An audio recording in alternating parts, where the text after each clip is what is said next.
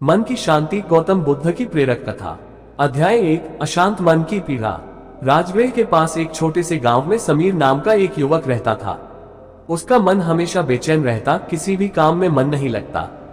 वह कभी व्यापार करता, कभी खेती, कभी संगीत सीखने की कोशिश करता, लेकिन किसी भी चीज में स्थिरता नहीं थी। समीर को लगता कि उसकी ये बेचैनी दुनिया की परिस्थितियों के कारण है। वह सोचता, अगर मेरे पास धन होता, अगर लोग मुझे समझते, अगर मेरा भाग्य अच्छा होता तो मैं सुखी रहता।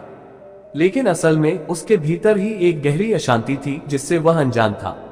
एक दिन उसके एक मित्र ने उसे सुझाव दिया, समीर, तुम्हारा मन शांत नहीं रहता, क्यों न तुम गौतम बुद्ध के पास जाओ। वे मगध के पास श्रावस्ती में रुके हैं, वे जरूर तुम्हारी सहायता कर सकते हैं। अध्याय 2, बुद्ध से मुलाकात। समीर ने सुना था कि बुद्ध एक ज्ञानी पुरुष हैं। वह उन्हें देखने और अपनी समस्या बताने चल पड़ा।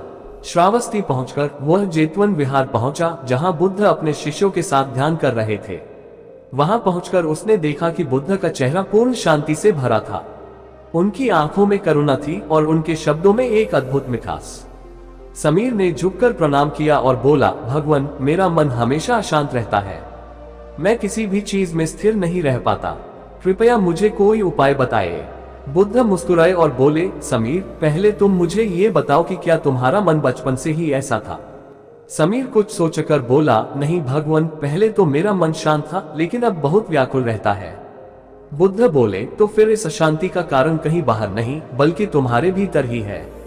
अगर कोई व्यक्ति ठहरे हुए पानी में पत्थर फेंके तो क्या पानी में हलचल नहीं होगी? समीर ने कहा, निश्चित रूप से होगी भगवान।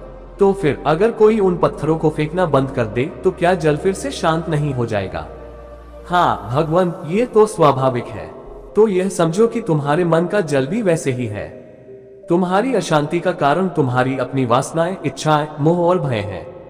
जब तक तुम इन पत्थरों को मन में डालते रहोगे तब तक तुम्हारा मन अशांत रहेगा। अध्याय 3, अशांति के कारण। समीर ने बुद्ध से पूछा, भगवान, मेरी इच्छाएं और सपने तो स्वाभाविक हैं। अगर मैं कुछ चाहता हूं और वह नहीं मिलता तो क्या दुखी होना गलत है? बुद्ध ने एक छोटी सी कहानी सुनाई। एक बार एक व्यक्ति तीरंदाजी सीखना चाहता था। वह धनुष बाण लेकर जंगल में गया और निशाने पर अभ्यास करने लगा, लेकिन उसकी दृष्टि हमेशा इधर उधर भटकती रहती, जिससे उसका तीर कभी निशाने पर नहीं लगता। तभी एक अनुभवी तीरंदाज आया और बोला, अगर तुम्हारी दृष्टि स्थिर नहीं होगी तो तीर भी सही लक्ष्य पर नहीं लगेगा।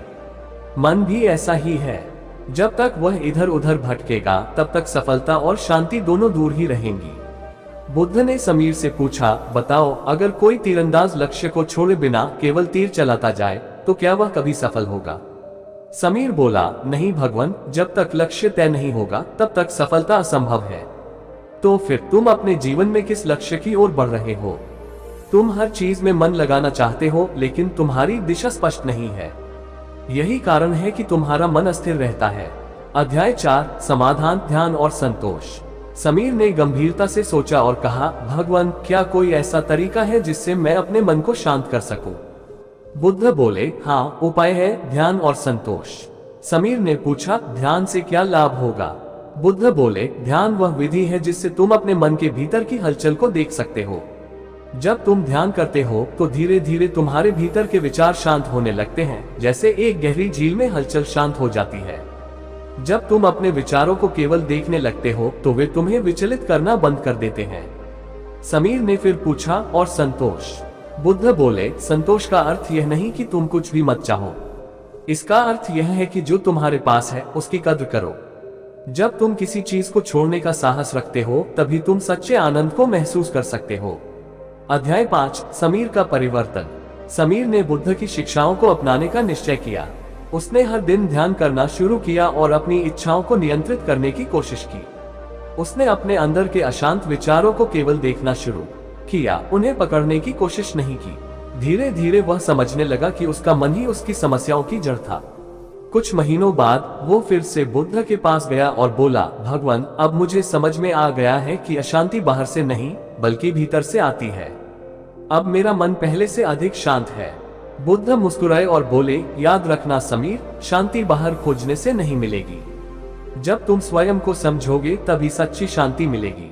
समीर ने बुद्ध को प्रणाम किया और अपने नए जीवन की ओर चल पड़ा। अब उसे समझ आ गया था कि शांति किसी चीज को पाने से नहीं, बल्कि उसे समझने और स्वीकार करने से मिलती है।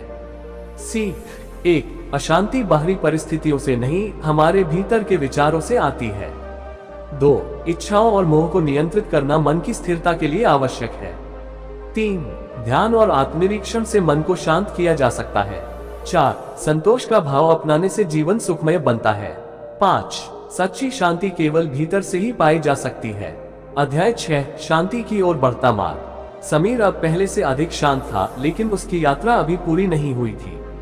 वह जानता था कि केवल बुद्ध के शब्दों को सुनना पर्याप्त नहीं है, बल्कि उन्हें अपने जीवन में लागू करना आवश्यक है। एक दिन उसने बुद्ध से पूछा, भगवान, मैंने ध्यान करना शुरू कर दिया है और इससे मुझे कुछ शांति मिली है, लेकिन कभी कभी मेरा मन फिर से भटकने लगता है। क्या ये सामान्य है? बुद्ध मुस्कुराए और बोले, समीर, क्या तुमने कभी किसी नदी को देखा है जो पहाड़ों से होकर बहती है? हाँ भगवान। क्या वह नदी हमेशा सीधी बहती है या कहीं कहीं उसमें मोड़ आते हैं? निश्चित रूप से उसमें कई मोड़ होते हैं।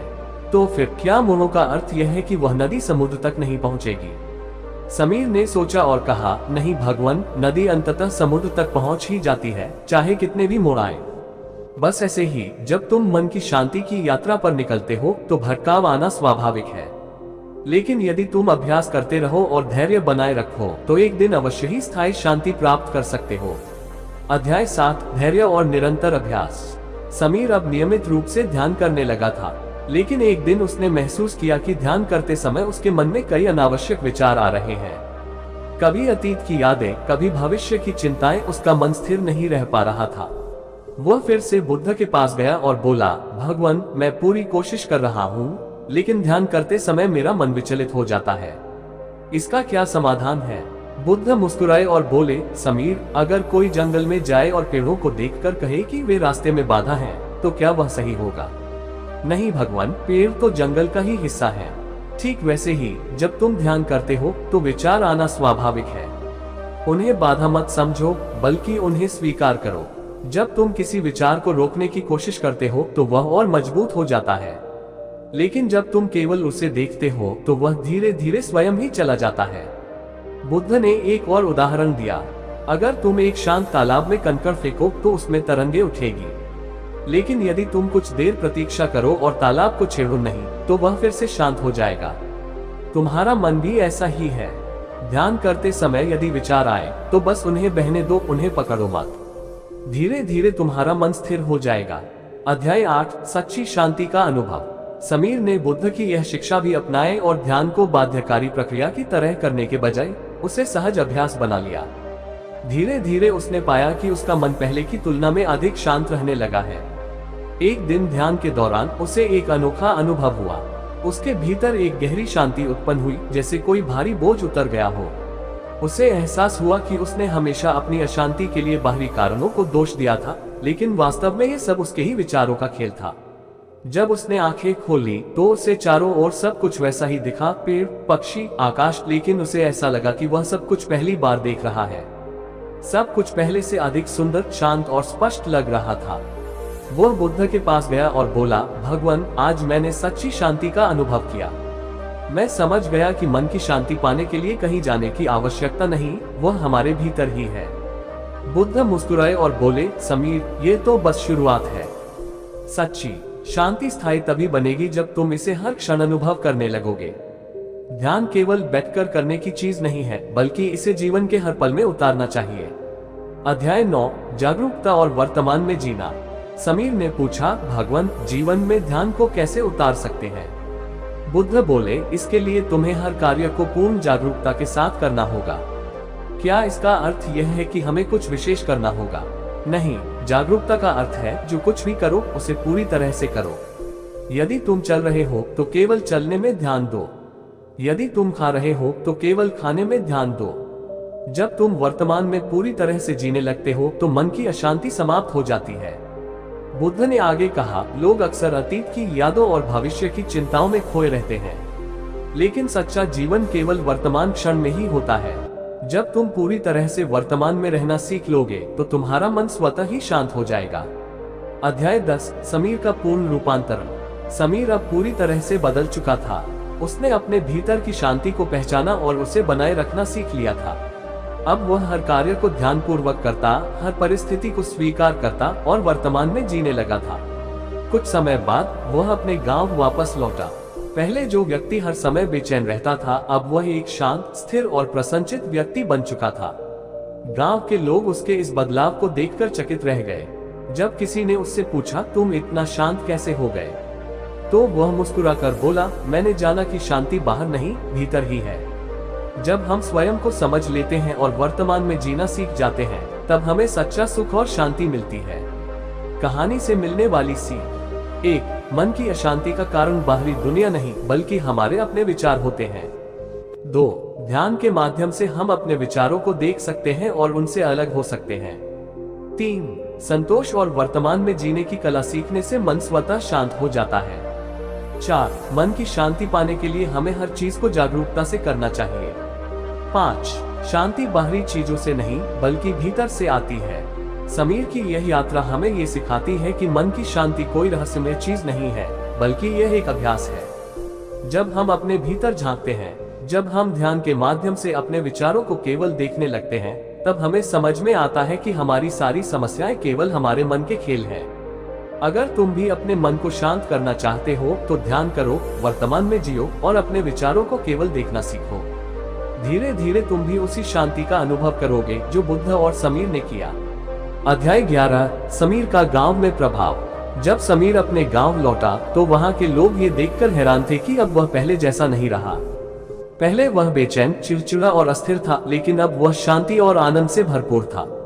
गांव के एक बुजुर्ग ने उससे पूछा, समीर, तुम्हारे साथ ऐसा क्या हुआ कि तुम इतने शांत हो गए?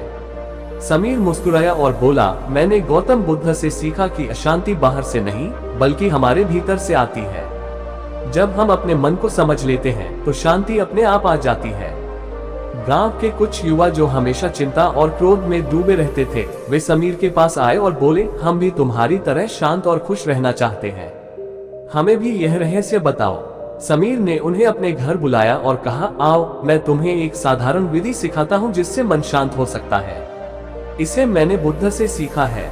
अध्याय 12, श्वास पर ध्यान, आनापानसति ध्यान। समीर ने गांव के लोगों को बताया, सबसे पहले हमें अपने मन को एकाग्र करना सीखना होगा। इसके लिए हमें अपनी श्वास पर ध्यान केंद्रित करना होगा। एक युवक ने पूछा, लेकिन श्वास पर ध्यान देने से क्या होगा?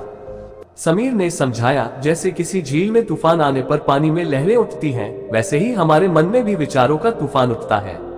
लेकिन यदि झील का पानी स्थिर हो जाए, तो उसमें सब कुछ साफ दिखने लगता है। जब हम अपनी श्वास को देखते हैं, तो हमारा मन भी धीरे धीरे स्थिर हो जाता है। फिर उसने सभी से कहा, आंखें बंद करो, आराम से बैठो और बस अपनी श्वास को आते जाते देखो। इसे नियंत्रित करने की कोशिश मत करो, केवल देखो। गांव के लोगों ने वैसा ही किया। कुछ ही मिनटों में कुछ लोगों को हल्की शांति महसूस होने लगी। समीर ने कहा, यदि तुम रोज कुछ मिनट भी ऐसा करोगे, तो तुम्हारे मन की अशांति धीरे धीरे समाप्त हो जाएगी। गांव के लोग ये सुनकर बहुत प्रसन्न हुए और उन्होंने निश्चय किया कि वे इस अभ्यास को जारी रखेंगे। अध्याय 13, मन के 3 दुश्मन, लोभ, द्वेष और मोह। समीर अब गांव में सभी को ध्यान और जीवन की सच्चाई सिखाने लगा था। एक दिन उसने गांव के लोगों को एक और महत्वपूर्ण शिक्षा दी। उसने कहा, हमारा मन मुख्य रूप से 3 कारणों से अशांत होता है। 1. लोभ, लालच, जब हम किसी चीज को पाने की अत्यधिक इच्छा करते हैं।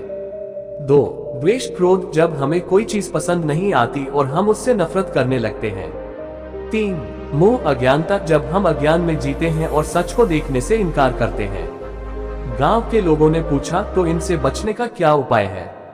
समीर ने समझाया, लोभ को त्याग से जीतो, द्वेष को प्रेम से और मोह को ज्ञान से। जब तुम चीजों को वैसा ही स्वीकार करने लगोगे जैसी वे हैं, तो तुम्हारा मन शांत हो जाएगा। अध्याय 14, एक क्रोधित व्यक्ति की परीक्षा। एक दिन गांव का एक व्यक्ति, जिसका स्वभाव बहुत गुस्से वाला था, समीर के पास आया और बोला, तुम कहते हो कि क्रोध को शांत किया जा सकता है, लेकिन जब कोई मुझे गाली देता है तो मैं गुस्से को कैसे रोकूं? समीर मुस्कुराया और बोला, अगर कोई तुम्हें उपहार दे और तुम उसे स्वीकार न करो, तो वह उपहार किसके पास रहेगा? वह व्यक्ति बोला, दूसरे व्यक्ति के पास। बस ऐसे ही, जब कोई तुम्हें गाली दे और तुम उसे न स्वीकार करो, तो वह गाली भी उसी के पास रहेगी। ये सुनकर वह व्यक्ति चकित रह गया। उसने कहा, मैंने कभी इस दृष्टिकोण से नहीं सोचा।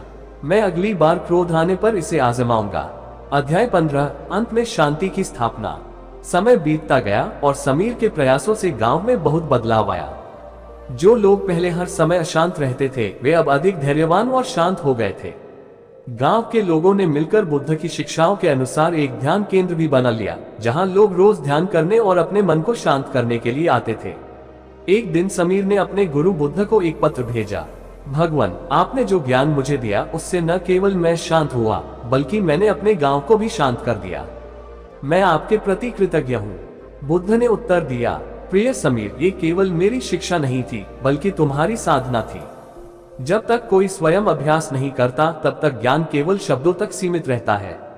सच्चा परिवर्तन तब होता है जब हम इसे अपने जीवन में अपनाते हैं। कहानी की अंतिम सीख। 1. ध्यान केवल एक क्रिया नहीं, बल्कि जीवन जीने का तरीका है। 2. श्वास पर ध्यान केंद्रित करने से मन को नियंत्रित किया जा सकता है। 3. क्रोध, लोभ और मोह को त्यागने से सच्ची शांति मिलती है। 4. जब कोई हमें बुरा कहे तो हमें उस नकारात्मकता को स्वीकार नहीं करना चाहिए। 5. सच्ची शांति तब मिलती है जब हम अपने साथ साथ दूसरों को भी शांति की राह दिखाते हैं। अब समीर के गांव में हर व्यक्ति जान चुका था कि शांति कहीं बाहर नहीं, बल्कि हमारे मन के भीतर ही है। यदि हम अपने विचारों को देखना और नियंत्रित करना सीख लें, तो हमें जीवन में सच्ची प्रसन्नता और शांति प्राप्त हो सकती है। अध्याय 16, समीर की नई यात्रा। गांव में शांति स्थापित करने के बाद भी समीर को ऐसा लगा कि उसकी यात्रा अभी पूरी नहीं हुई। उसके भीतर एक नई जिज्ञासा जागी, क्या ये शांति केवल एक गांव तक सीमित रहनी चाहिए? क्या अन्य लोग भी इसे अनुभव नहीं कर सकते? समीर ने निश्चय किया कि वह अन्य गांवों में जाएगा और वहां के लोगों को भी यह ज्ञान देगा। उसने अपने कुछ शिष्यों को गांव की देखभाल करने को कहा और खुद एक छोटी पोटली लेकर यात्रा पर निकल पड़ा। पहले ही गांव में जहां वह पहुंचा, उसने देखा कि लोग छोटे छोटे झगड़ों में उलझे हुए हैं। कोई पैसे के लिए लड़ रहा था, कोई जमीन के लिए, तो कोई परिवार के मामलों में उलझा हुआ था। समीर ने लोगों को इकट्ठा किया और उनसे पूछा, तुम लोग इतने परेशान क्यों हो? एक व्यक्ति ने कहा, हमारे पास धन नहीं है, इसलिए हम दुखी हैं। दूसरे ने कहा, मेरा परिवार मेरा सम्मान नहीं करता, इसलिए मैं दुखी हूँ। तीसरे ने कहा, मुझे अपने भविष्य की चिंता लगी रहती है, इसलिए मैं सो नहीं पाता। समीर मुस्कुराया और बोला, यदि मैं तुम्हें बताऊं कि इन सब दुखों का कारण एक ही चीज है, तो क्या तुम मानोगे? लोग चकित हो गए। उन्होंने पूछा, ऐसा कैसे हो सकता है? समीर ने समझाया, तुम्हारा मन तुम्हें दुखी करता है, न कि परिस्थितियां। जिस दिन तुम अपने मन को शांत कर लोगे, उस दिन तुम्हें कोई भी चीज दुख नहीं दे पाएगी। अध्याय 17, इच्छाएं और वास्तविक सुख। लोगों ने समीर से पूछा, तो क्या हमें कुछ भी नहीं चाहिए? क्या इच्छाएं रखना गलत है? समीर ने उत्तर दिया, इच्छाएं रखना गलत नहीं है, लेकिन जब तुम सोचते हो कि केवल इच्छाएं पूरी होने से ही तुम सुखी हो सकते हो, तब समस्या होती है। फिर उसने एक उदाहरण दिया। मान लो कि तुम्हारे पास एक मिट्टी का घड़ा है। तुम उसमें पानी भरते हो और सोचते हो कि यह हमेशा भरा रहेगा। लेकिन समय के साथ अगर उसमें दरारें पड़ जाएं, तो पानी टपकने लगेगा। तुम उसे भरते रहोगे, लेकिन वह कभी पूरा नहीं भरेगा। ऐसे ही यदि तुम्हारा सुख केवल इच्छाओं की पूर्ति पर निर्भर करेगा, तो वह कभी पूरा नहीं होगा। एक इच्छा पूरी होगी तो दूसरी जन्म लेगी, लेकिन यदि तुम भीतर से संतुष्ट हो जाओगे, तो कोई भी बाहरी चीज तुम्हें दुखी नहीं कर सकेगी। लोगों को पहली बार समझ में आया कि सच्चा सुख चीजों को पाने में नहीं, बल्कि स्वयं को समझने में है। अध्याय 18, संतोष और कृतज्ञता। समीर ने लोगों को एक नया अभ्यास सिखाया, कृतज्ञता का अभ्यास। उसने कहा, हर दिन सोने से पहले उन चीजों को याद करो जिनके लिए तुम आभारी हो। यह अभ्यास तुम्हारे मन को शांत कर देगा। लोगों ने ये करना शुरू किया और कुछ ही दिनों में उन्होंने महसूस किया कि वे पहले की तुलना में अधिक प्रसन्न रहने लगे हैं। अब वे अपनी समस्याओं की बजाय उन चीजों पर ध्यान देने लगे जो उनके जीवन में अच्छी थी।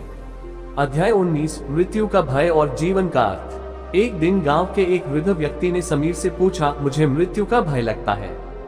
जब मैं इस संसार को छोड़ दूंगा तब क्या होगा?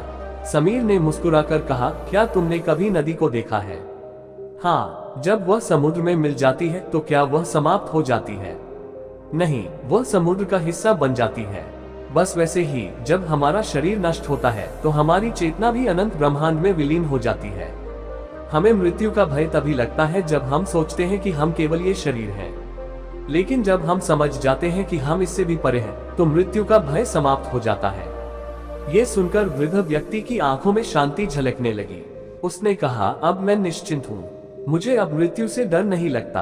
अध्याय 20 अंतिम संदेश। समीर ने अपनी यात्रा के दौरान कई गांवों में शांति और ध्यान का संदेश फैलाया। धीरे धीरे वह एक महान शिक्षक के रूप में प्रसिद्ध हो गया। आखिर में जब वह वृद्ध हो गया तो उसके शिष्यों ने उससे पूछा, गुरुदेव, आपके जीवन का सबसे बड़ा सीख क्या है? समीर ने मुस्कुराते हुए कहा, शांति बाहर नहीं, भीतर है। यदि तुम अपने मन को समझ लोगे तो तुमने सब कुछ समझ लिया। उसकी यह सीख अनगिनत लोगों के जीवन में बदलाव लाई, और इस तरह एक बेचैन और अशांत व्यक्ति से लेकर एक शांत और ज्ञानी संत बनने तक की उसकी यात्रा पूरी हुई। कहानी की अंतिम सीख। 1. इच्छाएं कभी पूरी नहीं होती, इसलिए उनसे सुख की अपेक्षा मत करो। 2. सच्चा सुख चीजों को पाने में नहीं बल्कि संतोष में है। 3.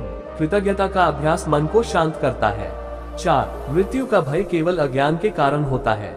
जब हम अपनी सच्ची प्रकृति को समझ लेते हैं तो ये भय समाप्त हो जाता है। 5. शांति बाहर से नहीं, भीतर से आती है। अगर तुम्हें भी अपने मन की शांति चाहिए तो साधना करो, ध्यान करो और जीवन को पूरी तरह से स्वीकार करो। जब तुम अपने भीतर शांति पालोगे तो तुम जहां जाओगे वहां भी शांति फैलाओगे।